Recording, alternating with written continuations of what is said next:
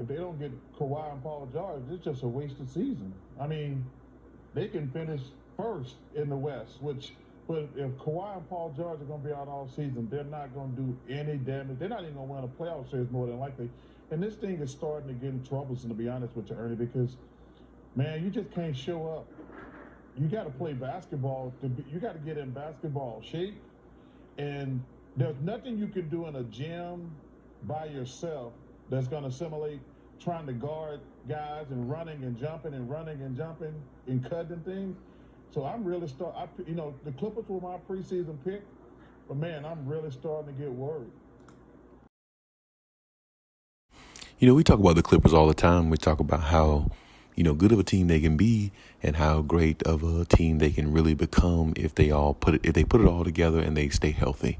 And, the biggest thing with this team, of course, as I always spoke on this team, is their health, because their health is their biggest issue, but their health can also be their greatest strength, because if they are healthy with all the talent that they have, there's no way they wouldn't be a championship team. I mean, you don't have to have 20/20 vision to see that. But at the same time, criticism comes with a lot of expectations, especially when you're a team of this magnitude and have this much firepower and have this much, bravado on this team, and you have this much talent and everybody can see what you can do, but you're just not able to complete it due to injuries and things like that holding you back. And I say this because, NBA legend Charles Barkley calls out the Clippers superstars Kawhi and PG, and he speaks on it. You could read a couple sites, about this and go in more depth about it. But he speaks on it on NBA Inside, TNT, as where he always sits, with Kenny, Shaq, and Ernie. And he speaks on it, and basically he says, the Clippers season is a wasted season if Kawhi and PG doesn't play. And, for the most part, I know he speaks more about Kawhi because Kawhi is a superstar of the team. He's the best player of the team when healthy.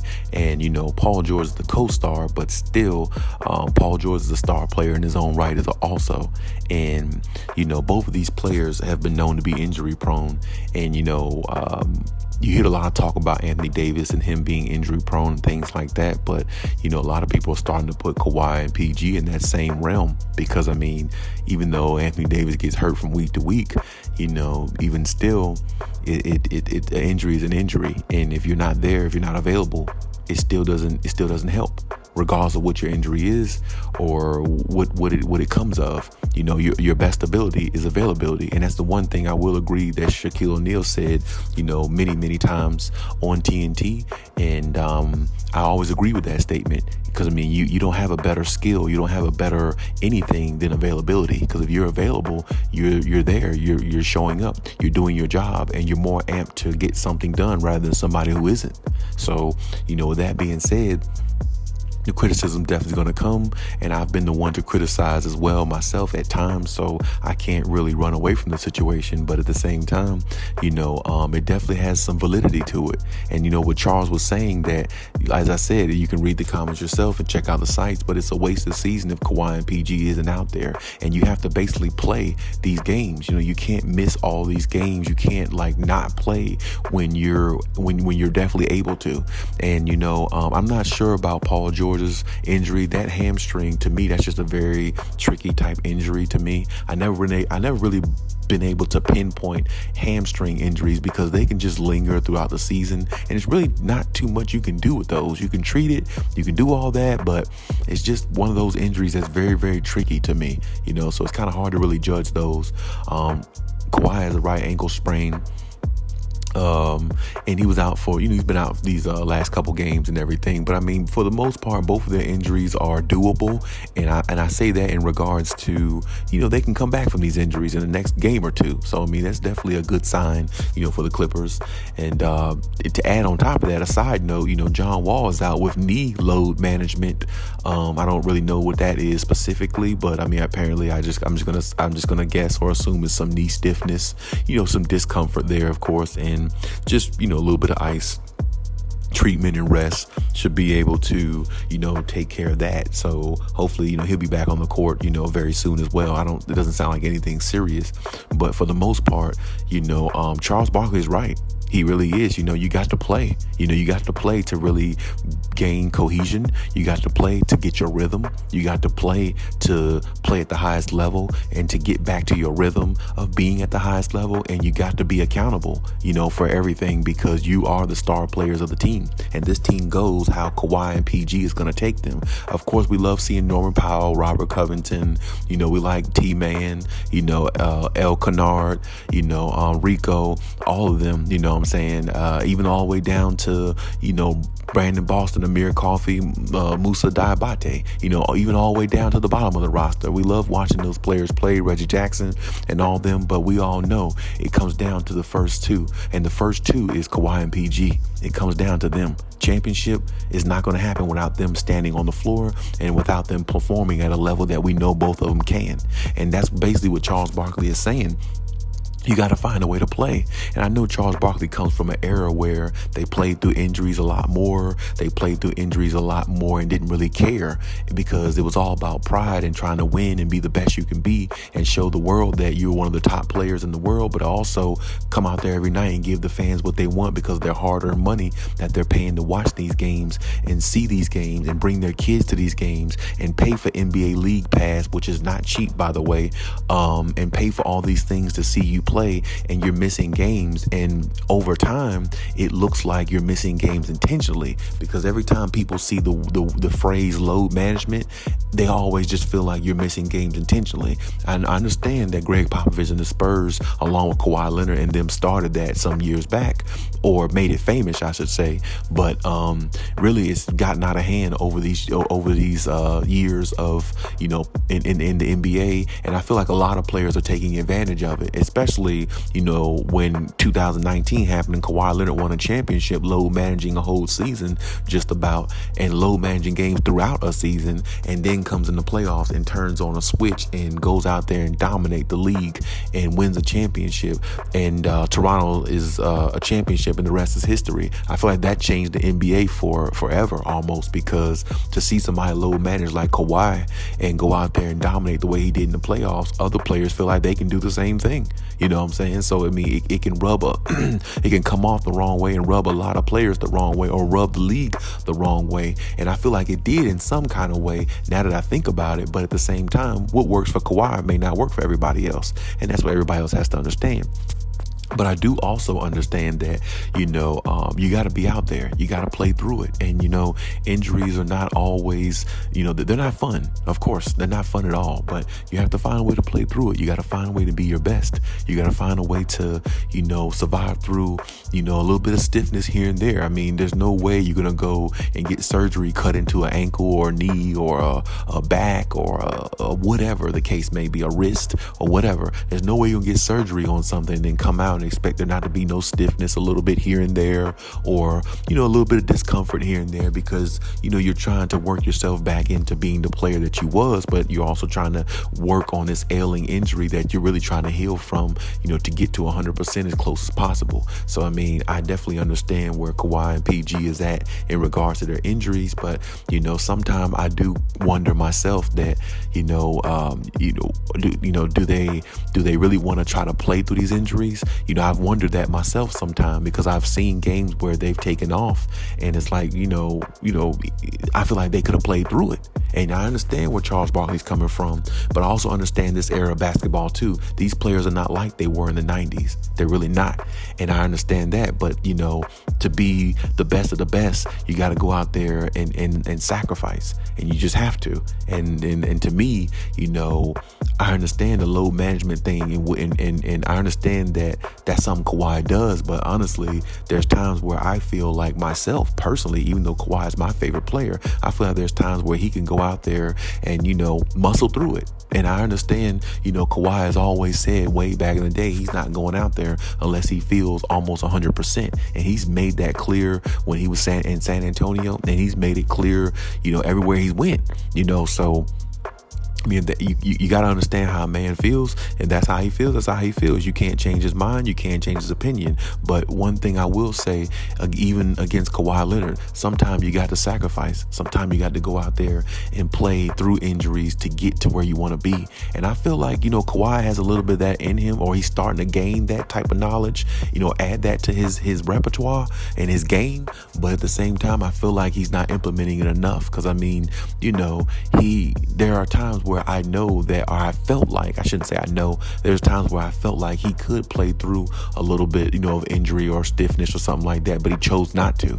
And, we all make mistakes and, things like that. But I think Kawhi is starting to understand that more and more. I just feel like, he's going to have to, let everybody see that. He's gonna have to put that on display.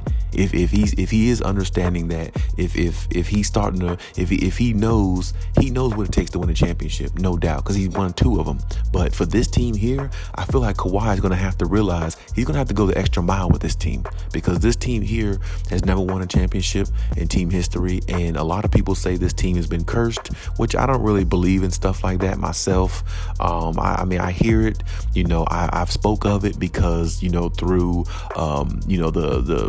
the talk people have always had about the Clippers. I just feel like more so than the word cursed, I feel like the Clippers never really had the opportunity to win a championship because they never had a player like Kawhi Leonard. Kawhi Leonard is the best player the Clippers have ever had on their roster, and that's not even close, to me. So, they never had a player like him, who can really put a team on his back and really shoulder the load when he's healthy and put them over the top the same way he did Toronto. So, having a player like him is definitely a blessing in that way. But I really do believe Kawhi is going to have to sacrifice more for this team. He's going to have to play through some of that injuries. He's going to have to sacrifice that load managing and go out there and play a lot of these games, because not only fans want to see you play, but you got to find a way to get this team to a championship. This is year number 4.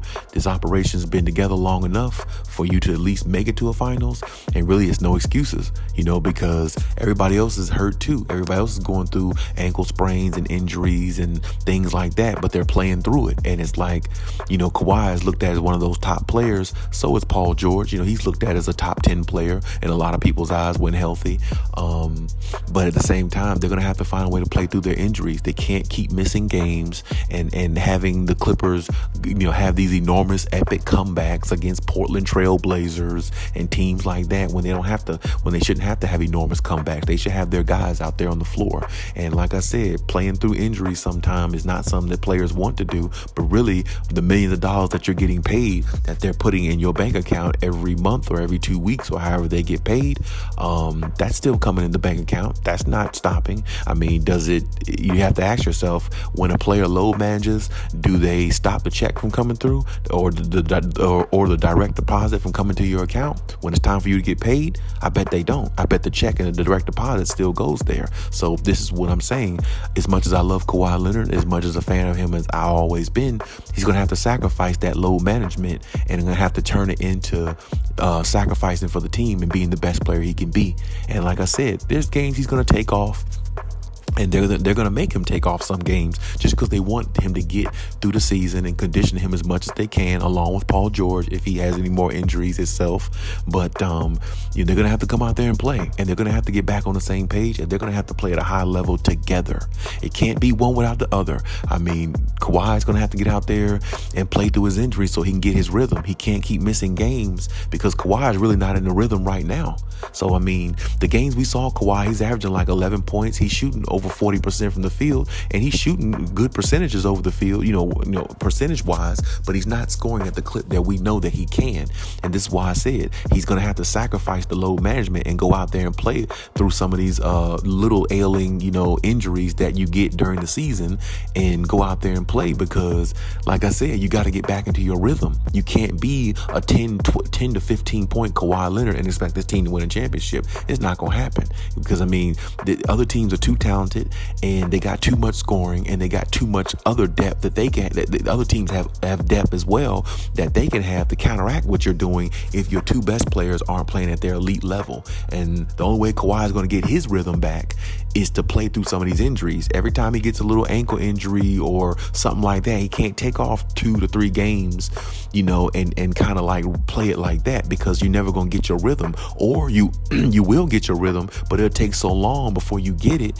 The Clippers really might not ever really gain that cohesion or that chemistry that they should by the time playoff time come to be the team that everybody expects them to be, because you don't want another situation that happened in the bubble happen to you again, because it definitely can happen if you don't build chemistry. If anything the Clippers learned from the bubble, they should have learned chemistry is something they have to build in order for them to win. They can't just win off talent, because talent's just not going to do it. Because if that's the case, they would have beat the Denver Nuggets that year, faced the Lakers in the conference finals to see who would have went to the finals to win it. You see, but it didn't happen because they didn't have the cohesiveness. They had all the talent. They had Kawhi, they had PG, they had Montrezl Harrell, they had Lou Williams, they had guys that could play, offense, defense, all that, but it wasn't enough. See what I'm saying? So you have to find a way to play through your injuries sometime to gain that rhythm and that confidence that you had. And Kawhi Leonard, he's going to have to do that, because, whether he has if he injures his ankle or gets another right ankle sprain or something like that,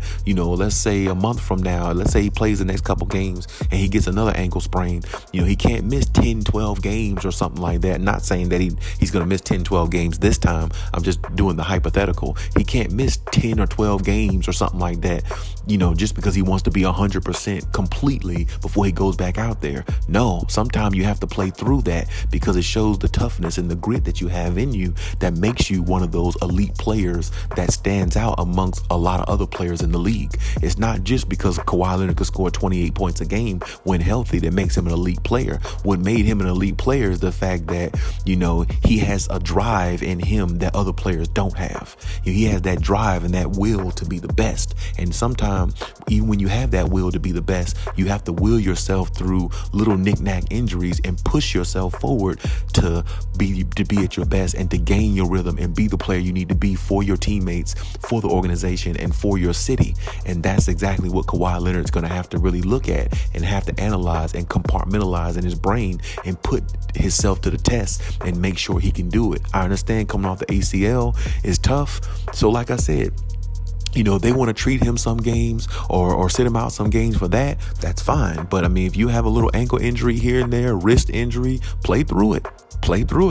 Hell, other players got to play through it. You think other players on the team isn't, having so you have to ask yourself, there's other players who have injuries. So, and they play through it, and, Kawhi's going to have to do the same thing. As I said, Kawhi's going to have to sacrifice more this year for this team if this team's going to take it the distance. He's going to have to. It can't be I'm just going to take off and come back, when I'm 100% healthy. But every time you take off a few games, you're setting yourself back from getting that rhythm that you're supposed to have to be the elite player that everybody know of you to be. And the same thing goes with Paul George. Paul George is not exemplified from this conversation, because the same thing goes with him. Even though Paul George, you see him drop 40 points in Western Conference Player of the Week, but you also see Paul George have games where he's scoring 12 points, 13 points in a Clippers loss where they lose to a team that they shouldn't be losing to. So this is what I'm saying. Rhythm is going to have to come with him too. He's going to need more rhythm as well. And he can't have games like that if he's going to be looked at as a top 10, top 15 player in this league. So Western Conference Player of the Week is fine, but that's 1 week out the season. How about, be that consistently during the season and consistently in the playoffs? That's the knock on Paul George. That's been the biggest knock on his career, all his whole tenure in the NBA. So, rhythm, sacrificing is the 2 words that I expect that both of those players are going to have to look right in the eyes, and they're going to have to find a way to, oblige both of those. Rhythm and getting your rhythm back, and, being consistent as much as possible. And like I said, the 2 words they're going to really have to focus on: rhythm and and sacrificing. That's just what it comes down to. And, you know, I speak more to Kawhi Leonard than Paul George because Paul George is the second star. Kawhi is number one. If you're the number one, you're going to have to play like it and you're going to have to sacrifice if you want this team to win a championship, because this team, you know, seems to do it the hard way. Seem like, you know, every time we watch the Clippers, you know, they have these enormous comebacks and all these things. And when we saw them in the playoffs with Kawhi the last time, they were down 0-2 in every series. It just seems like for some reason the Clippers like to make their life harder than to make their life easier. So if that's the case, Kawhi's going to have to sacrifice more to help this team specifically win a championship. It's not like the Spurs where you had Tim Duncan, Tony Parker, and Ginobili. Even though they were older, they still were high basketball IQ players, and they still had a little bit left in the tank to get the Spurs to the finals, along with Kawhi Leonard back-to-back seasons against the Miami Heat. They lost to him the first time. They beat him the second time because Kawhi Leonard took over and, you know, won the Finals MVP, and the rest was history. This is not like that. You're going to have to really sacrifice more the way Tim Duncan and Tony Parker and Ginobili did for you back in the day. They sacrificed a lot to uphold you, to keep you up there, just so they can, you know, help you succeed to be the player that you are now, and for them to possibly win a championship. Because I know it took a lot out of them back in the day because they were older, and still it took a lot for them to push themselves to come back, to make it to back-to-back finals, to help Kawhi Leonard and to help the Spurs win a championship. And that's the mentality Kawhi is going to have for this team here. You're the veteran now. You're the guy in control. You and PG. You're going to have to play like it. You're going to have to act like it. And your demeanor is going to have to mimic it. And that's just the way it is. So in regards to what Charles Barkley said and, you know, what he was saying, the criticism is bad. It sounds bad. But in all essence, it's really actually a lot of truth to it. You have to sacrifice to be the best. You have to sacrifice in order to win championships, and you got to sacrifice for your team in order for this operation to go successful. And there's no other way to look at it. And you have to find a way to play through this, and you have to find a way to get your rhythm back. And you and PG is going to have to get on one accord once again, along with the rest of these players, if you want a championship to be the outcome of this season. But hey, that's my take on everything. Leave any comments in the comment section. Check my other videos if you haven't. Also, please like, subscribe if you haven't done that as well. And hey, till next time.